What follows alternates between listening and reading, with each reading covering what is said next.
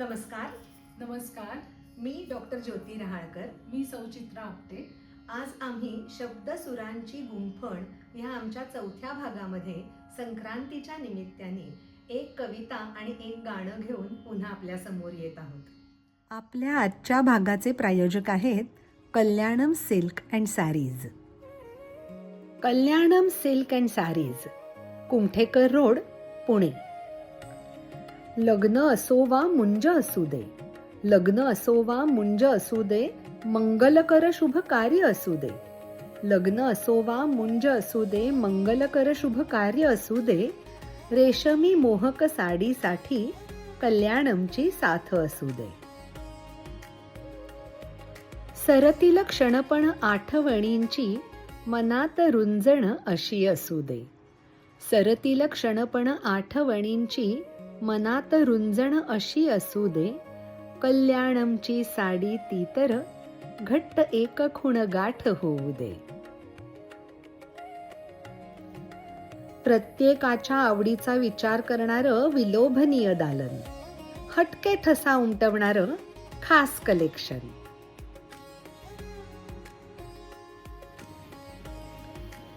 कल्याणम silk, अप्रतिम साड्यांचं देखणं दालन, नित्य नूतन वैविध्य, बनारसी नि कांजीवरम. संक्रांतीचा सण म्हणला की काळ्या साड्या, काळे कपडे, हलवा हे सगळं आपोआप डोळ्याच्या समोर येतं. आणि हलवा म्हणा किंवा तिळगुळ म्हणा, दोन्हीही जरी म्हणलं तरी त्याच्यामध्ये स्नेहमय असा तीळ आहेच आहे. आणि गोड आणि गोडव्याने नटलेली साखर आणि गूळ हे दोन्हीही त्याच्यामध्ये आहे. तर आपल्या परंपरेमध्ये प्रत्येक सण आणि वारासाठी काही एक स्पेसिफिक खाण्याचे पदार्थ आपण निवडलेले असतात, जे ऋतू अनुसार असतात. तर आयुर्वेद असं सांगतो की शिशिर ऋतू चालू झालेला आहे आणि सूर्याचा मकर राशीमध्ये प्रवेश होतो आहे, तेव्हाच त्याला मकर संक्रांत असं म्हणलं जातं. तर हवेचं वैविध्य लक्षात घेता तीळ आणि गूळ हे आपल्या आहारामध्ये नक्की असावं, यासाठीच हा तिळगूळ एकत्र करून आपण एकमेकांना देतो. आता थोडीशी गंमत बघूयात. तीळ म्हणलं की डोळ्यापुढे असा एक छोटासा इवल्यासा कण येतो, पण त्या इवल्याशा कणामध्ये केवढा स्नेह भरला हे ठाऊक आहे का तुम्हाला? आयुर्वेदाच्या ग्रंथांमध्ये असं सांगितलं जातं की तिलाद्भवम तैलम, म्हणजे आपण जे तेल तेल म्हणतो त्याचं जे नाव आहे ते तिळापासून आलेलं आहे. म्हणजे तिळापासून जे निघतं त्याला तेल म्हणतात. म्हणजे खऱ्या अर्थाने ओतप्रोत स्नेहाने भरलेला हा छोटासा तीळ आपल्या आयुष्यामध्ये स्नेह म्हणजे वंगण आणि स्नेह म्हणजे माया किंवा प्रेम हे दोनही घेऊन येत असतो. आता फक्त स्नेह किंवा प्रेम असून चालत नाही, त्यात थोडी गोडी पण हवी ना, त्याच्यामुळे गुळही हवा. आणि आपल्याला तर सगळ्यांना माहिती आहे की गुळ हाही थोडासा उष्ण सांगितलाय, त्यामुळे आत्ताच्या थंडीमध्ये ह्या गुळाने शरीरामधली उष्णता पण तग धरून ठेवली जाते. आणि म्हणूनच तिळाचा आणि गुळाचा गोडवा आपण जर एकमेकांना वाटला तर आपलं आयुष्य अगदी गोड होतं. आणि इंग्रजी महिन्यांप्रमाणे जानेवारी महिना हा नववर्षाचा, आणि मग जर का वर्षाची सुरुवातच इतकी छान गोड आणि स्नेहमय झाली तर कोणाला बरं नकोशी असेल. तर आता पुढची जी कविता आपण बघणार आहोत ती ह्या तीळ आणि गुळाबद्दलचीच आहे. आता जसं तिळाचं एक वैशिष्ट्य आहे तसं गुळाचं पण एक वैशिष्ट्य आहे. तशीच माणसांची पण वेगवेगळी वैशिष्ट्ये आहेत. मग अशा विविध माणसांनी एकत्र येण्यासाठी काय बरं मनामध्ये ठरवावं? तर जे तिळासारखे आहेत त्यांनी थोडासा गुळ ओढून घ्यावा आणि जे गुळासारखे आहेत त्यांनी थोडासा तीळ ओढून घ्यावा. तर ऐकूयात ही कविता. काही असतात तिळासारखी, वरून कोरडी पण आतून रसरशीत, थोडी सलगी होताच धार लागेल स्नेहाची. काही असतात गुळासारखी, माधुर्याने ओथंबलेली, जराशा उष्णतेने झटक्यात पाघळणारी अतिशय हळवी, थोडी सलगी आणि थोडी ऊब आत्मीयतेची, थोडी सलगी आणि थोडी ऊब आत्मीयतेची, येईल योग जुळून तरच लज्जत असेल तिळगुळाची. चला तर मग तिळासारख्या असणाऱ्यांसाठी गुळ होऊयात, तिळासारख्या असणाऱ्यांसाठी गुळ होऊया आणि गुळासारख्यांनी तिळाचा शोध घेऊया. मग बघा, हे सारं जग होईल तिळगुळासारखं स्नेहमय, मधुर, घट्ट जोडलेलं, एकमेकातले दोष विसरून एकजुटीने बांधलेलं. वा, मस्त.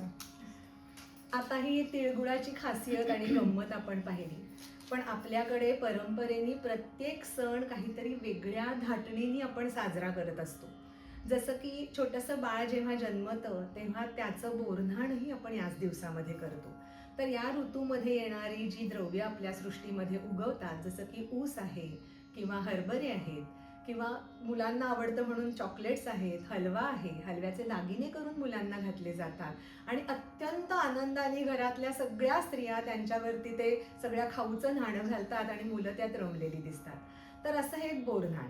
त्याचप्रमाणे नव्या नवरीचा सुद्धा साजरा केला जाणारा हा हलव्याचा सण.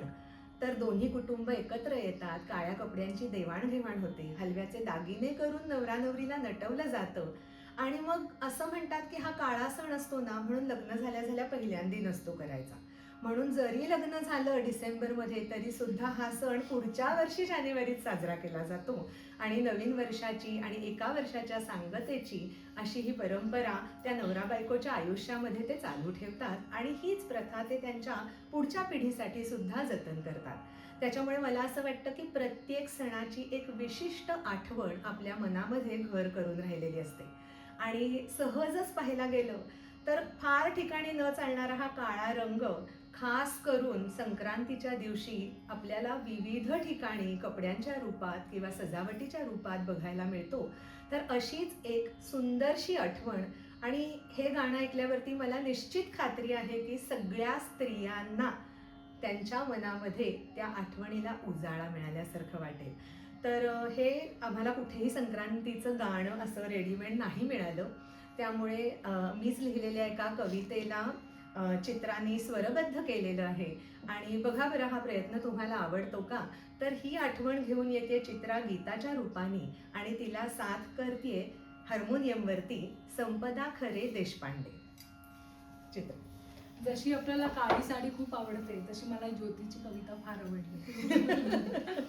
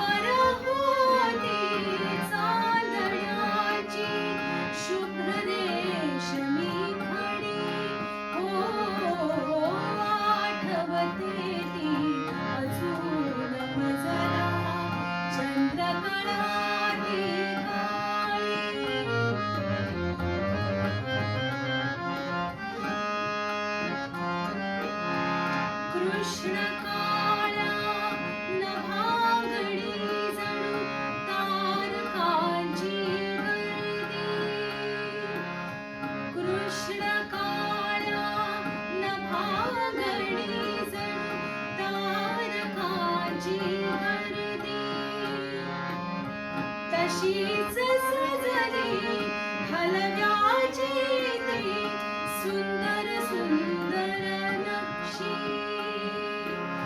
तशीच सजली हलव्याची ती सुंदर सुंदर नक्षी.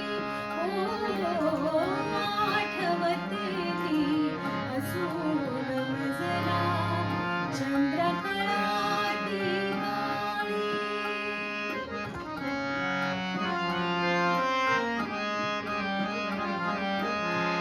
याली होती अंगी साडी किनारती चंद्र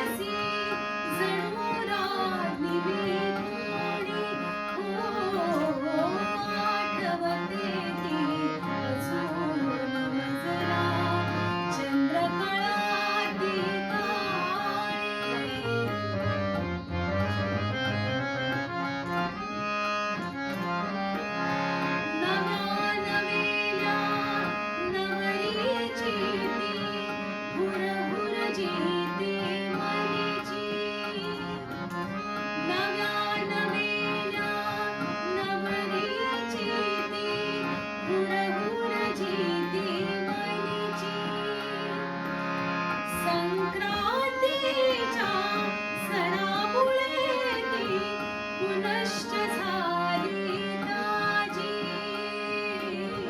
संक्रांतीच्या सणामुळे ती पुनश्च झाली ताजी हो आठवते ती अजून मजला चंद्रकळा ती काळी चंद्रकळा ती काळी चंद्रकळा ती काळी. खूपच सुंदर. असं म्हणतात ना की शब्द आणि सूर ह्यांच्यामध्ये एक नेहमी वाद असतो की शब्द छान का सूर छान.